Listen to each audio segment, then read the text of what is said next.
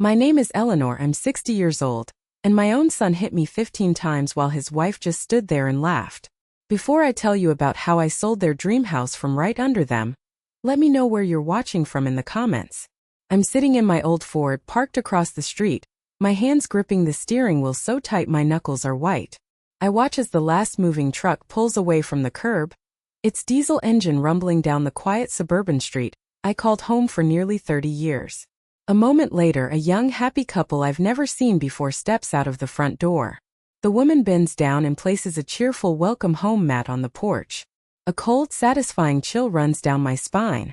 They have no idea that just 24 hours ago, that very porch was the stage for a nightmare that ripped my life apart. People might call what I did revenge. I call it justice. To understand why I did it, why a mother would take the roof from over her own son's head, you have to understand what happened on that final fateful Sunday night. It started, as it always did, with me trying to hold everything together. I was in the kitchen of my son Kevin's house, the house my late husband and I had built, the house I had signed over to him, carefully preparing his favorite meal. Pot roast, slow-cooked for hours just the way he liked it since he was a boy. The familiar aroma filled the air, a scent that used to mean family and safety. My daughter-in-law, Tiffany, swept into the room in a cloud of expensive perfume that always gave me a headache. She glanced at the dinner table I just set. "Oh, Eleanor," she said, her voice dripping with fake sweetness. "Are you still using your vintage plates from the 90s? So quaint." It was her way of calling them old and cheap without actually saying the words. I just smiled, a tight, practiced smile I perfected over the years. "They hold a lot of memories," was all I said.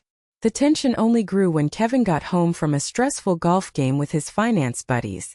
He tossed his keys on the marble countertop with a loud clatter and grunted a hello in my direction.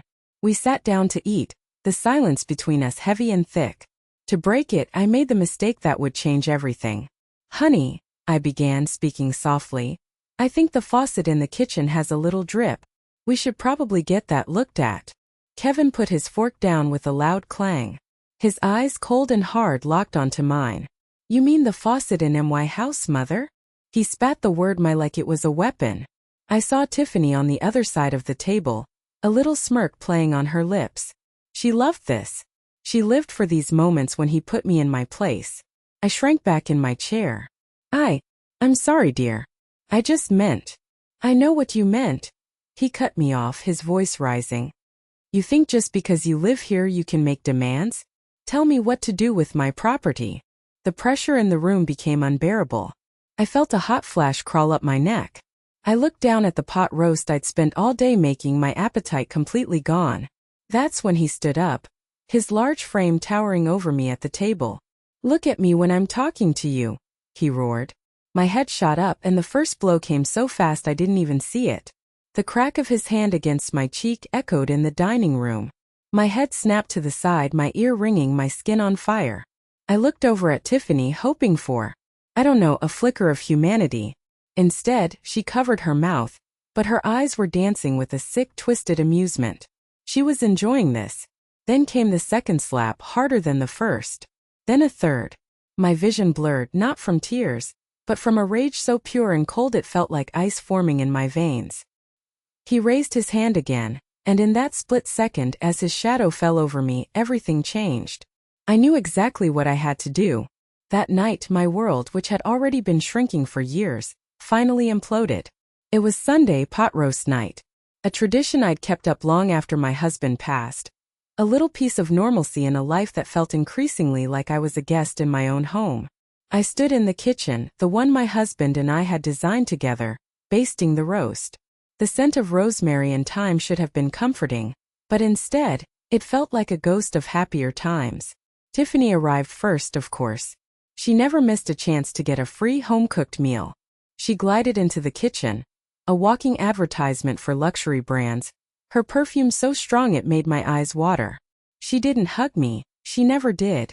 Instead, she did a slow scan of the room, her eyes lingering on the chipped countertop I'd been meaning to fix. "Oh, Eleanor," she chirped, her voice a little too bright. "Still making that rustic pot roast. So very sick." She then placed a bottle of expensive red wine on the counter, a stark contrast to the simple meal I was preparing. For dinner, she announced, knowing full well my blood pressure medication meant I couldn't have a drop. It wasn't a gift, it was a power play, a reminder of all the things she had and I didn't. I just offered that tight, weary smile. How thoughtful, Tiffany. Thank you. Kevin came home an hour later, slamming the front door hard enough to make the pictures on the wall rattle. He stormed into the kitchen, his face a thundercloud. He'd lost a big client at his firm, I'd later learn, but at that moment all I knew was that the storm was coming, and I was the only one in its path. He barely acknowledged me, just threw his briefcase on a chair and loosened his tie. Is dinner ready? I'm starving. We sat down at the table, the three of us. It felt less like a family meal, and more like a parole hearing where I was the inmate. The silence was deafening, broken only by the sound of silverware scraping against my vintage plates. I tried to fill it. That was my mistake. Honey, I said, my voice barely a whisper. I noticed the faucet in the kitchen sink has a little drip. We should probably get that looked at. Kevin's fork hit his plate with a loud crack. It was like I had flipped a switch. His face went from dark to demonic. You mean, he said, his voice low and dangerous, the faucet in my house, mother? The way he said my, emphasizing it, making it ugly. It was a deliberate jab. A reminder that after my husband's funeral, when I was lost in grief, he and Tiffany had convinced me to sign the house over to them. It's just for estate planning, Mom, he'd said. It simplifies the inheritance process. I trusted him. I signed the papers.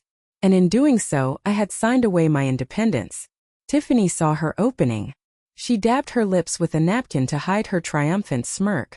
She means well, darling, she cooed to Kevin, but her eyes fixed on me were full of venom. She just forgets her place sometimes. Forgets her place? Kevin roared, pushing his chair back. She seems to think this is a hotel where she can just make demands. He was on his feet now, his shadow falling over me. I felt myself shrink, my body instinctively trying to become smaller, invisible. I didn't mean it like that, Kevin, I swear, I pleaded. Look at me when I'm talking to you, he bellowed. My head snapped up out of pure reflex. And that's when it happened. His hand was a blur. The sound was like a gunshot in the quiet room. My head whipped to the side, my cheek exploding in a starburst of pain. The room tilted. For a second I thought I was going to be sick. I looked at Tiffany, my vision swimming. A silent plea. Do something. Say something. But she wasn't horrified. She was entertained. A little gasp escaped her lips, but it was theatrical. Her eyes were wide, not with shock, but with a sick, morbid fascination. She was enjoying the show. And that, I think, is what broke something inside of me. Seeing her delight in my humiliation. Kevin saw it too. He saw he had an audience. You think you can disrespect me in my own house? He seethed, and the second slap came just as hard as the first. Then a third. My ears started to ring, a high-pitched whine that drowned out his shouting. I lost count. 4, 5, 6. He was just hitting me over and over, his rage a runaway train. 7, 8, 9. I stopped flinching. I just sat there, my hands in my lap, my back straight. 10, 11, 12. I could taste blood in my mouth. 13, 14. I stared straight ahead, right through him, my gaze fixed on a painting on the wall. A peaceful landscape my husband had bought for me years ago. Then the 15th slap. It was the last one. He was breathing heavily, his chest heaving, his expensive shirt wrinkled. He looked down at me, expecting tears, expecting me to beg for forgiveness for some crime I hadn't even committed. But there were no tears. There was nothing. The woman he was hitting had vanished. In her place was something new. Something cold and hard and unbreakable. He had wanted to teach me a lesson, to remind me of my place. And he had. He had taught me that I had no place here. He had taught me that my love meant nothing. He had taught me with every single blow, exactly what I had to do next. I didn't say a word. I simply stood up, my movements stiff and robotic. My face was throbbing, a deep, pulsating ache that seemed to sync with the frantic beating of my heart. I could feel their eyes on me, Kevin's full of angry triumph, Tiffany's glittering with smug satisfaction. They were waiting for me to break down, to run to my room sobbing. It's what I usually did. I would cry, and the next day I would pretend it never happened, for the sake of a piece that never really existed. But not tonight. I walked past them out of the dining room, and down the hall to my small bedroom at the back of the house. I closed the door softly behind me and locked it. The click of the lock felt like the first solid thing in a world that had just dissolved into chaos. I still didn't cry. The pain in my cheek was a grounding force, a searing reminder. Tears felt like a luxury I could no longer afford. They were a sign of weakness, and weakness was what had gotten me into this mess. Instead, a strange, chilling calm settled over me. It was the kind of calm that comes after the hurricane has passed, when all you can see is the wreckage and you know with absolute certainty that nothing will ever be the same. My son had hit me. My daughter-in-law had watched and laughed. The family I had dedicated my life to was a lie. My gaze fell on an old cedar chest at the foot of my bed. It was where I kept my important documents, old letters, my husband's honorable discharge papers. My life, packed away in manila folders. I knelt down, my knees cracking in protest, and lifted the heavy lid. The scent of cedar and old paper filled the air. My hands, surprisingly steady, sifted through the folders until they found the one I was looking for. It was thick, labeled house. Inside was all the paperwork from when we built this place, the original blueprints, the deed with my and my husband's names on it. And tucked in the back was the document Kevin had me sign a few years ago. A quitclaim deed transferring ownership to him and Tiffany. I remembered the day clearly. He'd spread it on the kitchen table, pointing to the signature line. "It's just to make the inheritance and tax situation cleaner, Mom. It protects the asset." An asset. That's what my home had become. I stared at my signature, my own handwriting looking alien to me. How could I have been so naive? But then my eyes caught something else. A memory surfaced, sharp and clear. I remembered the paralegal at the time, a kind young woman telling me, "Now, Eleanor, just be sure you and your son take this down to the Franklin County Recorder's office to have it officially filed. It's not legally binding until it's recorded with the county." We never went. In the whirlwind after my husband's death, it had been forgotten. Kevin, in his arrogance, probably assumed my signature was enough. He'd gotten what he wanted, the paper that gave him power over me, and never bothered with the final, crucial step. My breath hitched. I pulled out my phone, my fingers fumbling with the screen. I typed Franklin County Property Records into the search bar. The website was clunky, but I found the search portal.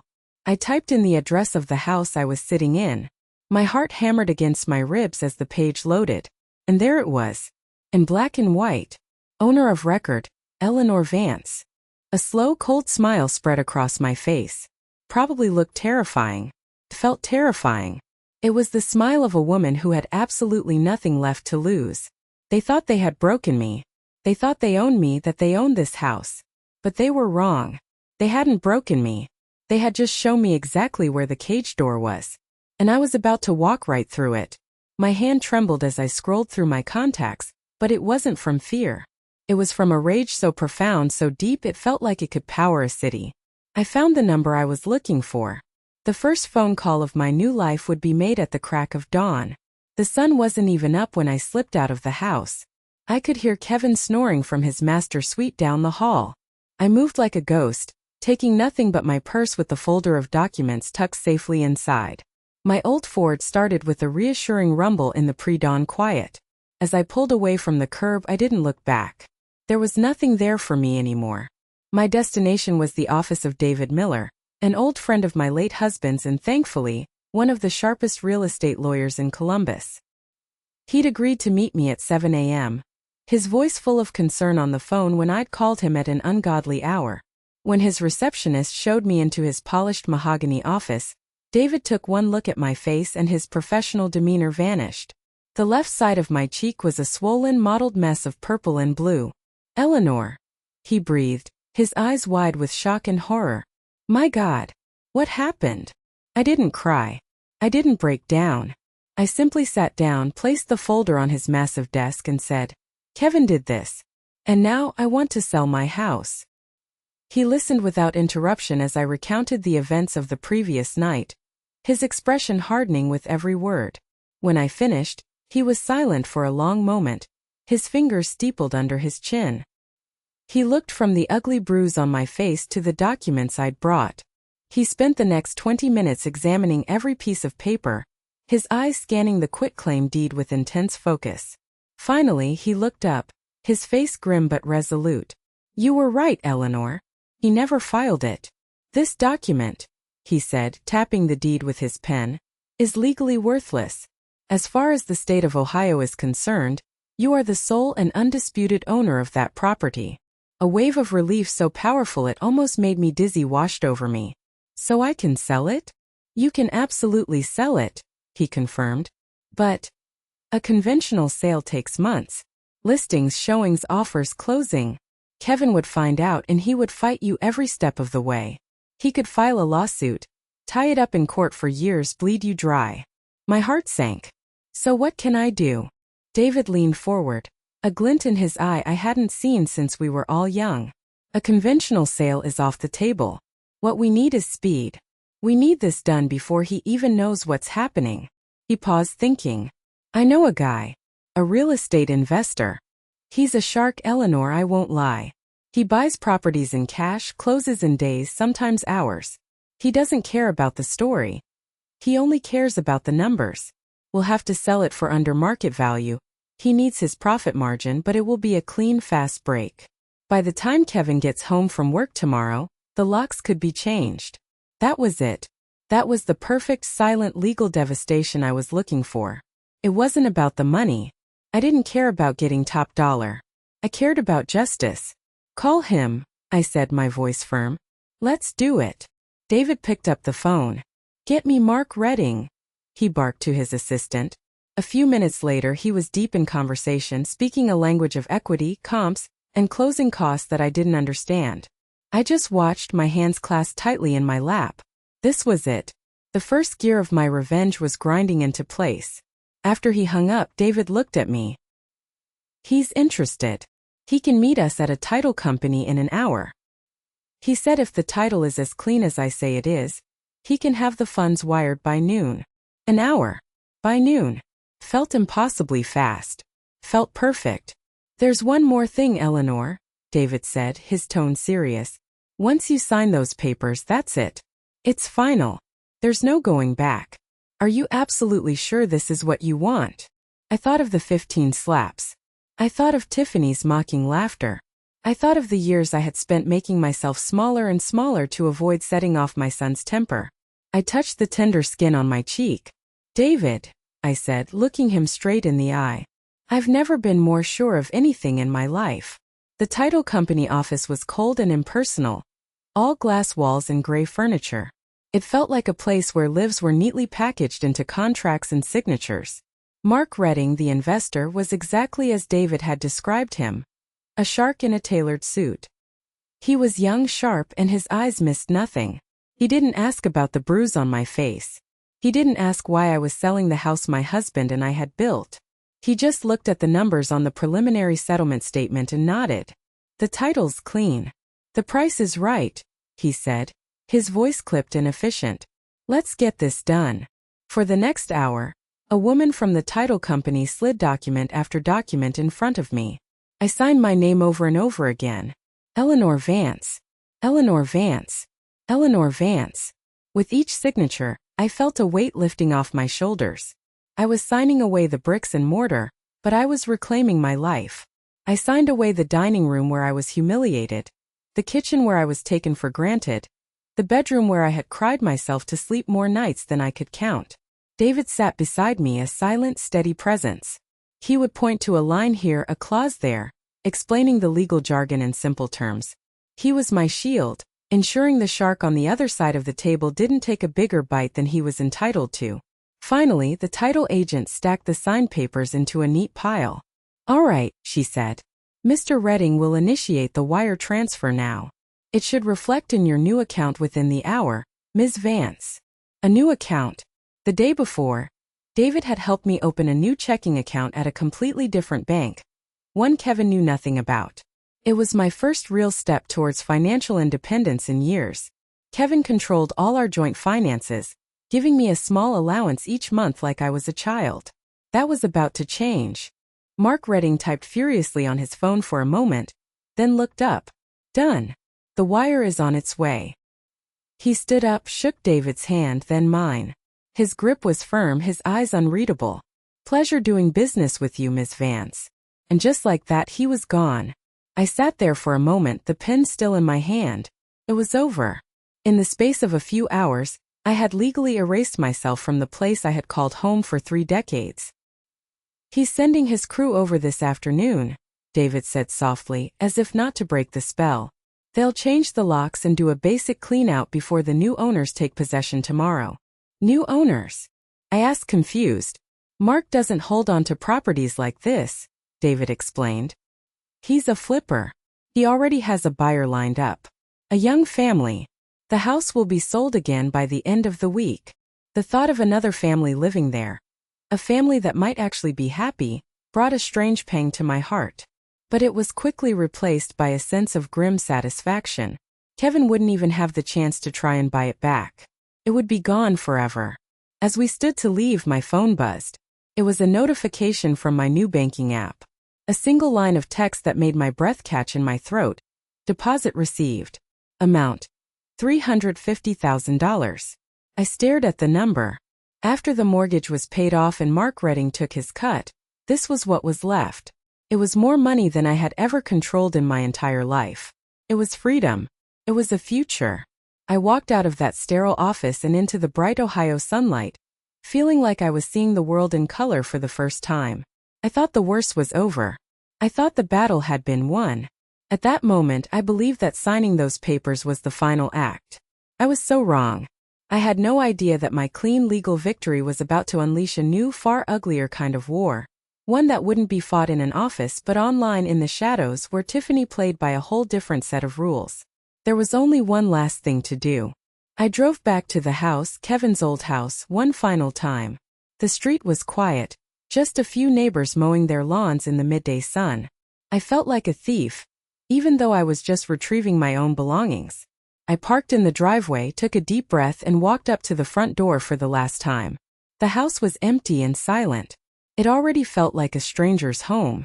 The air was stale with the ghost of last night's rage. I didn't linger. I went straight to my room and pulled out the single scuffed suitcase I'd owned for 20 years. I moved with a focused efficiency I didn't know I possessed. I packed only the essentials. A few changes of clothes. My favorite worn-out sweaters. The toiletries from my bathroom. I grabbed the small stack of books from my nightstand. Then I paused, my eyes landing on the family photos on my dresser. There was one of Kevin as a little boy, maybe 5 years old, with a gap-toothed grin, holding up a string of fish he'd caught with his father. My heart ached for that little boy. Where had he gone? What had twisted him into the man who could raise a hand to his own mother? I couldn't look at it. I left it there along with all the others. Those memories were tainted now, poisoned by the truth of what he had become. The only pictures I took were the ones of me and my husband, and a few of my parents. I zipped the suitcase shut. It was surprisingly light. It turns out, the physical remnants of a 60-year life didn't amount to much. As I walked through the living room, my phone started buzzing violently in my purse. I pulled it out. The screen lit up with Kevin's face. I stared at his picture, the one Tiffany had insisted he use, where he was smiling a smug, corporate smile. I let it ring until it went to voicemail. A second later, it started ringing again. This time it was Tiffany. I declined the call, my thumb pressing the red button with a sense of finality. I walked out the front door, didn't lock it, and put my single suitcase in the trunk of my Ford. I got in the car, started the engine, and just as I was about to pull away, my phone buzzed again. A text message from Kevin. "Mom, where are you? Pick up the phone." Another one a minute later. "Seriously, Mom, I need to talk to you." Then one from Tiffany. "Eleanor, Kevin is very worried. You need to answer your phone." Worried. The bitter irony of that word almost made me laugh out loud. They weren't worried. They were annoyed. My absence was an inconvenience to their perfectly managed lives. I put the car in drive and pulled out of the driveway, away from the house of secrets and lies. I turned onto the main road and headed south, towards the rolling hills of Hocking County. My best friend Susan lived there, in a small cozy cabin nestled in the woods.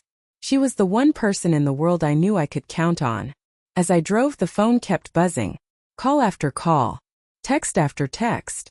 The notifications were a frantic, desperate chorus. I ignored them all. With every mile I put between myself and Columbus, I felt the tension in my shoulders begin to ease. I rolled down the window, letting the warm afternoon air whip through my hair. For the first time in years, maybe decades, I felt the exhilarating, terrifying thrill of being completely, utterly in charge of my own life. I was driving towards an unknown future, with everything I owned in a single suitcase, and I had never felt more free. I turned the phone off completely, silencing their voices, and focused on the open road ahead.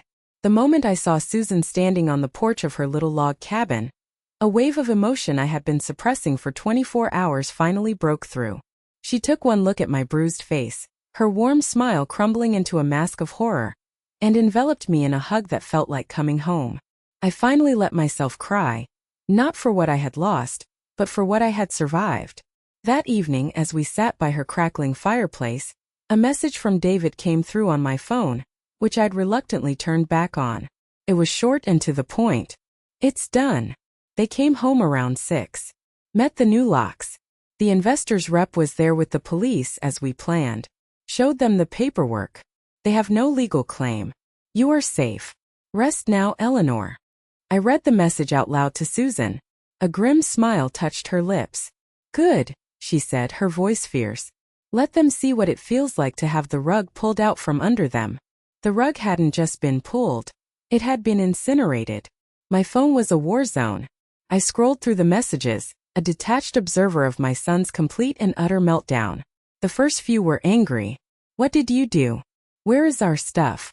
You can't do this. Then came the threats. I'm calling my lawyer. You're going to jail for this, you crazy old woman. They were followed by Tiffany's, dripping with faux concern that quickly devolved into venom. Eleanor, this is not funny. Kevin is having a panic attack. You've destroyed our lives. I hope you're happy. And then late into the night, the tone shifted to pathetic, desperate pleading. This was from Kevin. Mom, please. It was a mistake. I was stressed. I'm sorry. Please call me. We can fix this. I don't know where to go.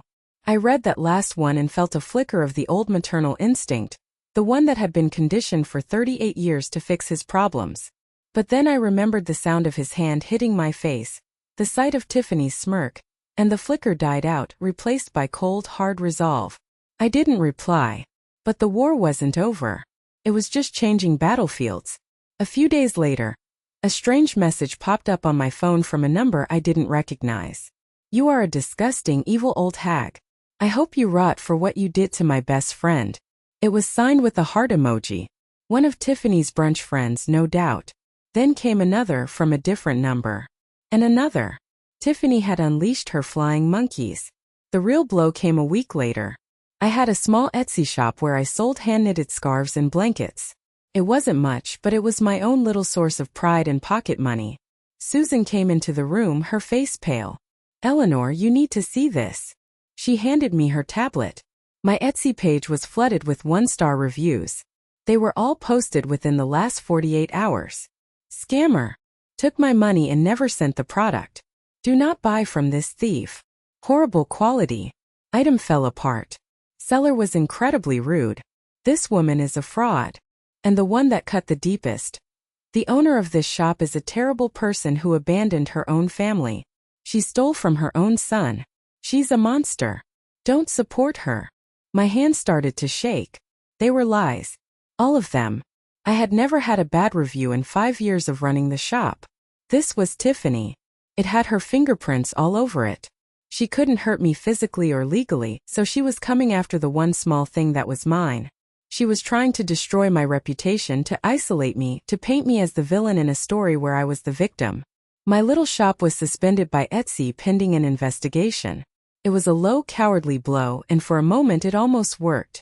The shame and helplessness I felt were suffocating. They couldn't hit me anymore, but they could still make my life a living hell. I sat there staring at the screen, feeling the walls closing in again. I had taken their house, but they were trying to take my name, my dignity. And I realized this was far from over. This was a new kind of fight, a dirty one, and I had no idea how to win. For 2 weeks, I lived in a state of anxious quiet at Susan's cabin. The digital assault on my Etsy shop continued. spreading to a local community Facebook group where anonymous profiles started posting vague but pointed warnings about an elderly scam artist new to the Hocking Hills area. It was insidious.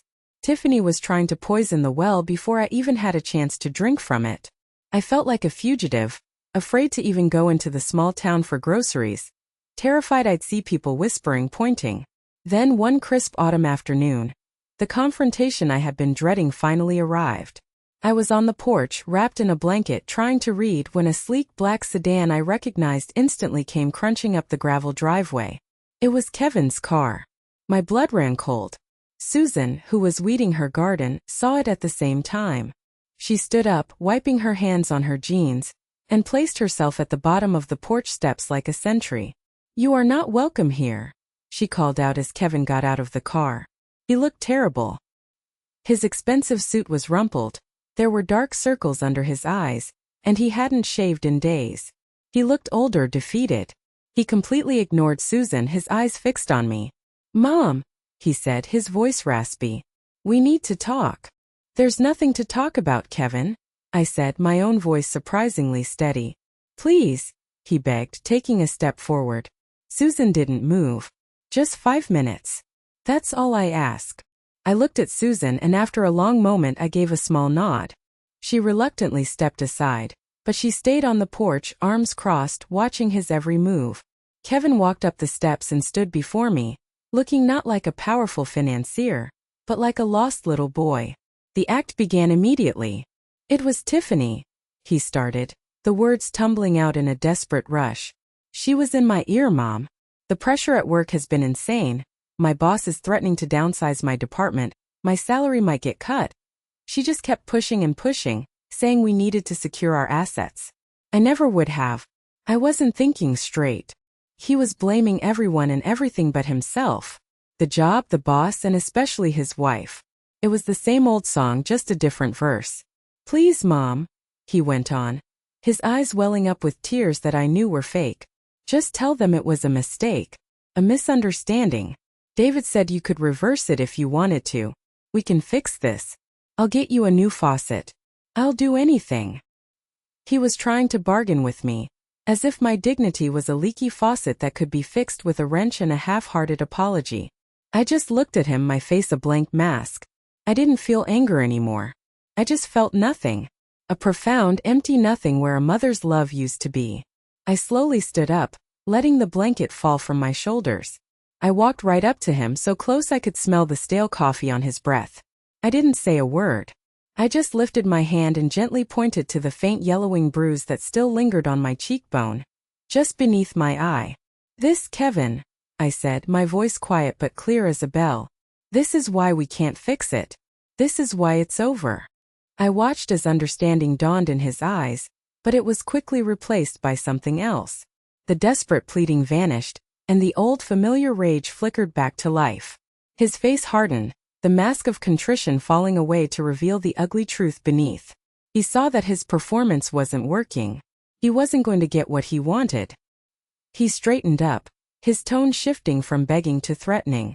"You can't do this. I'm your son. You stopped being my son the night you raised your hand to me," I replied, turning my back on him. "Now get off this property." His footsteps pounded down the steps. I heard him get back in his car. I expected him to peel out, to spray gravel everywhere in a final childish tantrum. But instead he just sat there for a long moment. When I glanced over my shoulder, I saw him staring at me through the windshield. The look in his eyes wasn't just anger anymore. It was pure, unadulterated hatred. He rolled down the window. "This isn't over," he snarled, his voice low and menacing. "You think you're clever, but you're just a sad old woman who's about to find out what it's like to be all alone. I'll see you in court. I'll tell them you're senile. I'll prove you weren't competent to sign those papers. I will get my house back." He slammed the car into drive and sped away, leaving a cloud of dust and the echo of his threat hanging in the quiet country air. Kevin's threat of a lawsuit hung over me for a week, a dark cloud threatening the fragile peace I was trying to build. I imagined courtrooms, depositions, a messy public battle where he and Tiffany would twist the truth and paint me as an unstable, vindictive old woman. The thought was exhausting. But David, my rock-solid lawyer, was unfazed. Let him try, he said over the phone, his voice calm and confident. He's bluffing, Eleanor. He has no case and he knows it. Any lawyer he hires will tell him the same thing after 5 minutes of research. This is just a last-ditch effort to intimidate you. David drafted a letter to Kevin, a masterpiece of legal steel. It laid out the facts in cold, hard detail. The deed was legally mine, the sale was ironclad, and any attempt to file a frivolous lawsuit would be met with a countersuit for legal fees and harassment. We never heard another word about it. The threat dissolved like morning fog. With that final cloud lifted, I felt like I could finally breathe. I used a portion of the money from the sale to make a sizable, anonymous donation to a women's shelter in nearby Athens County. The rest I used to buy my future. It wasn't a grand estate. It was a small 5-acre plot of land with a modest, slightly run-down farmhouse and a sturdy old barn. It had good soil, a creek running through the back, and a view of the rolling Hocking Hills that made my heart ache with its simple beauty. I called it New Dawn Ranch. For the first time, the name didn't feel like a hopeful wish. It felt like a statement of fact. The work was hard, but it was honest work. I spent my days clearing brush, patching the roof, and turning over the soil for a garden. My hands, once soft from a life indoors, became calloused and strong. I adopted a goofy, one-eared golden retriever mix from the local shelter and named him Buddy. His companionship was a quiet, steady comfort. The silence of the ranch wasn't empty. It was peaceful. One evening, about a month after I'd moved in, I got a phone call from a number I didn't recognize. I almost didn't answer, my old fear flaring up. But I forced myself to. Hello. Eleanor? Is that you? The voice on the other end was hesitant, frail. It was Martha, my next-door neighbor from my old life in Columbus. We had never been close friends, just polite over-the-fence neighbors for 20 years. Martha, yes. How are you? There was a sob on the other end of the line. Oh, Eleanor, she cried, her voice thick with guilt. I'm so sorry. We're so sorry. I was confused. Sorry for what? That night, she whispered, her voice cracking. The night your son, the shouting, we heard it, Eleanor. Jim and I, we were in our living room and we heard the yelling. We heard things breaking. We even heard you cry out. I sank down into a kitchen chair, my legs suddenly weak. They had heard. They knew. We looked at each other, she continued, her words choked with shame. Jim said, maybe we should call someone. And I said, no, let's not get involved. It's a family matter. Oh God, Eleanor, I've been sick about it ever since. We saw you leave the next morning with that little suitcase and we knew we should have done something. Can you ever forgive us? I listened to her confession and I didn't feel anger. I felt a profound aching sadness. Not just for me but for her, for the culture of silence that allows these things to happen behind closed doors. Her cowardice had hurt me, yes. But it had also clearly cost her a piece of her own soul. There's nothing to forgive, Martha, I said, and I meant it. You were scared. I understand. We talked for a little while longer. She told me Kevin and Tiffany had stayed in a hotel for a few weeks before Tiffany packed her bags and went back to her parents. A divorce was in the works, she'd heard through the neighborhood grapevine. Kevin had rented a sad little apartment on the other side of town. The story of what he did had gotten out, and they had become social pariahs. Hanging up the phone, I realized that Martha's call had given me an unexpected gift. Confirmed I hadn't been crazy. It hadn't just been in my head. Someone else had borne witness, even from a distance. Her guilt couldn't change the past, but her apology helped heal a small, hidden part of my wound, the part that had felt so utterly, terrifyingly alone. I looked out my new kitchen window at the setting sun painting the hills in shades of orange and pink. A new day was coming. A new dawn. And this time it was all mine. The first winter at New Dawn Ranch was long and quiet. With the ground frozen and the garden dormant, I found myself with a lot of time on my hands. The silence, once a comfort, sometimes felt heavy. The memories of that night, though fading, would still ambush me in the quiet hours before dawn. To combat the loneliness, I started to write. I found an online forum for women over 50, a place for sharing recipes, gardening tips, and life stories. Anonymously, using a simple screen name, I started to write about my experience. I didn't include names or specific locations. I just wrote about the slow erosion of my self-worth, the escalating anger, the humiliation of that final night, and the terrifying, liberating decision to leave. I wrote about the fear and the guilt, but also about the unexpected joy of planting my first tomato seeds, the comfort of my dog's head in my lap, the quiet satisfaction of rebuilding a life from the ashes. I hit post with a trembling finger, half expecting silence or worse, judgment. The response was immediate and overwhelming. Within hours there were dozens of comments, then hundreds. My inbox was flooded with private messages from women all over the country, all over the world. This is my story. Thank you for putting it into words. I'm 68 and I thought it was too late. You've given me hope. My daughter treats me the same way. I'm making a plan to leave. You've shown me it's possible. Each message was a revelation. I wasn't alone. My story wasn't just my story. It was the story of countless women who had been silenced, dismissed, and abused by the very people who were supposed to love them most. The shame I had carried for so long began to dissolve, replaced by a powerful sense of connection and purpose. My little blog became a beacon. One day, an email appeared that was different from the others. It was from a woman named Sarah, an editor at a small independent publishing house in Cincinnati that specialized in nonfiction and memoirs. Dear Sunrise 60, the email began. I've been following your posts for months. Your voice is powerful, honest, and necessary. Have you ever considered turning your story into a book? I believe it could help thousands of women who don't have access to online forums, women who feel completely isolated. I think your story needs to be told on a larger scale. A book. The idea was both thrilling and terrifying. It meant giving up my anonymity. It meant putting my real name on my deepest wounds and sharing them with the world. It meant Kevin and Tiffany would almost certainly see it. I talked it over with Susan and David. They can't sue you for telling the truth, David assured me. And frankly, Eleanor, what more can they do to you? He was right. They had already done their worst. I had survived. Now maybe it was time to help others survive too. I agreed. The process was cathartic. For 6 months I poured everything onto the page. Writing it all down, shaping the narrative, gave me a new perspective.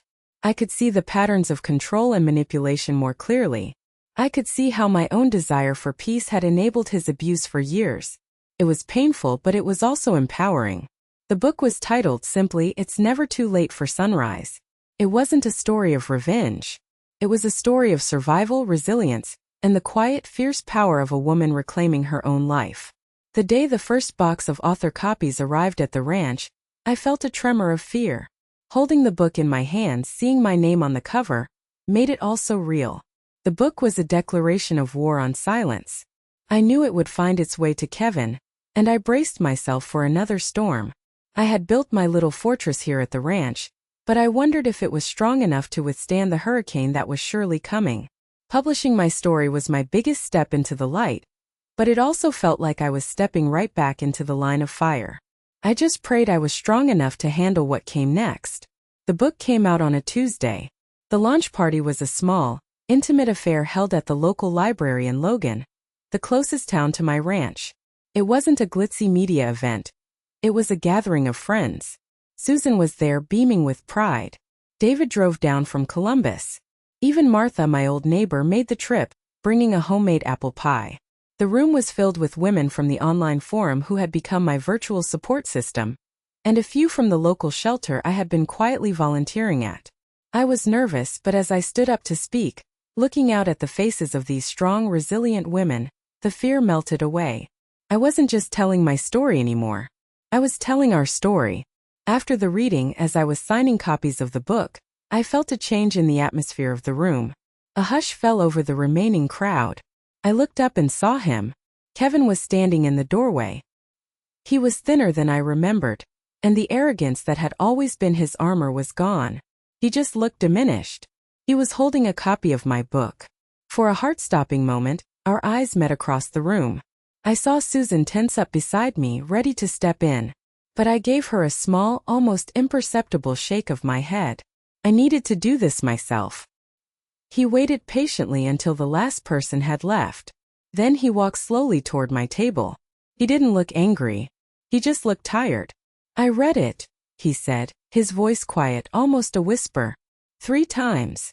I just nodded, waiting. I was so angry at first, he admitted, looking down at the book in his hands. I thought, how dare she? How dare you tell everyone our private business? But the more I read, especially the parts about Dad, about how you felt after he was gone, I started to see things. He looked up, and for the first time in years, I saw something in his eyes besides anger or entitlement. It was shame. I'm sorry, Mom, he said, and the word sounded foreign coming from his lips. And I don't mean sorry for the house. I mean for what I did to you, for hitting you, for letting Tiffany, for all of it. There's no excuse.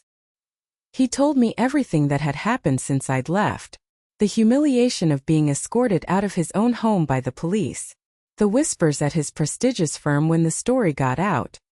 He'd been put on a leave of absence, which was just a polite way of being fired. His high-flying career, the source of all his pride, was in ruins.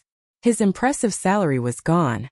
And Tiffany, true to form, had filed for divorce the moment she realized the money and the big house were gone for good.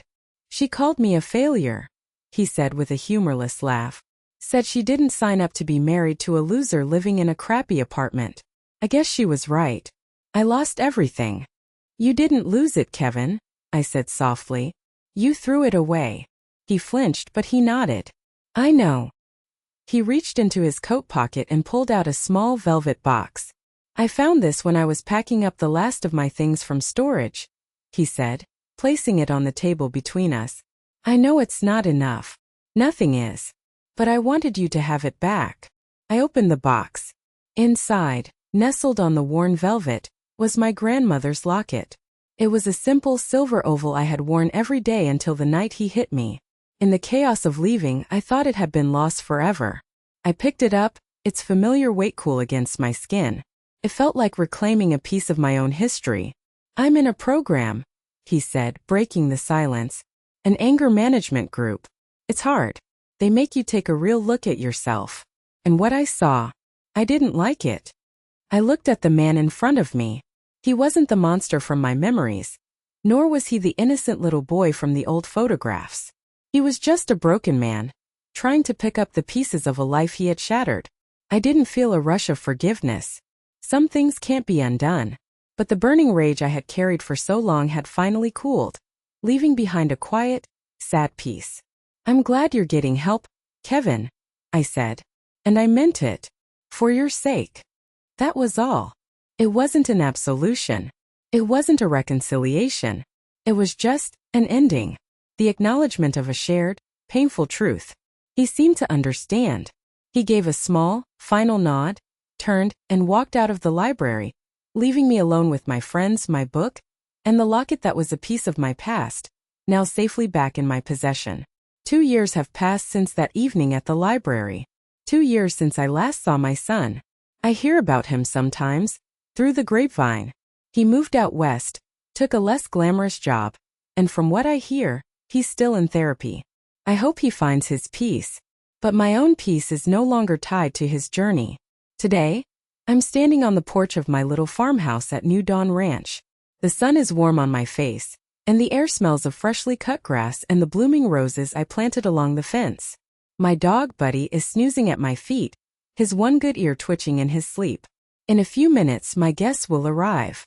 I'm hosting a small barbecue to celebrate the 2nd anniversary of the day I moved here. Susan is coming, of course. David is driving down from Columbus with his wife. Martha and Jim from my old neighborhood will be here too. We've become unlikely but dear friends. And a few of the women from the shelter, women who have become my chosen family, will be joining us. They are all survivors, all warriors in their own right, all in the process of building their own new dawns. My life now is simple, but it is deeply, profoundly full. My days are measured by the rising of the sun and the needs of my garden, not by the moods of an angry man. My finances are my own. My home is my sanctuary, a place of safety and growth. My little Etsy shop is thriving again. My reputation restored by a flood of support from the women who read my book. Sometimes, when I'm out in the garden, with my hands in the rich, dark earth, I think about the woman I used to be. The woman who tiptoed around her own house, who measured her words, who absorbed insults and humiliation as if they were her due. She seems like a stranger to me now, a ghost from another life. I feel a great sadness for her, for all the years she lost believing that her only value was in her service to others. But I am not her anymore. That woman burned away in the fire of those 15 slaps. What rose from the ashes was me. Just Eleanor. A woman who, at 60 years old, learned that her worth is not determined by her role as a wife or a mother, but by her own inherent strength and dignity. They couldn't destroy me because the foundation I was built on, passed down from my mother, and her mother before her, was stronger than their cruelty. The locket that now rests around my neck is a constant reminder of that. My son's atonement, his apology, it was a necessary step for him. But I've learned that my healing was never dependent on his remorse. My freedom didn't come from his apology. It came from the moment I decided I deserved better. It came when I got in my car and drove away. The first car is pulling up the gravel drive now. It's Susan, waving from the window, her car full of potluck dishes and laughter. This is my family now. This is my peace. This is my sunrise. Thank you for listening to my story today. I know it's not an easy one to hear, but I share it because I know I am not alone. If you are listening to this right now, and my story resonates with the hurt deep inside of you, a place where you feel unseen, unheard, or unvalued by the people who should love you most, please know this. It is never, ever too late to demand the respect you deserve. It is never too late to find your own dawn. Your sunrise is waiting for you. Please, if you feel comfortable, share a story of your own new dawn in the comments below. Let's lift each other up. And if my story touched you, please consider liking this video and subscribing for more. You are stronger than you know.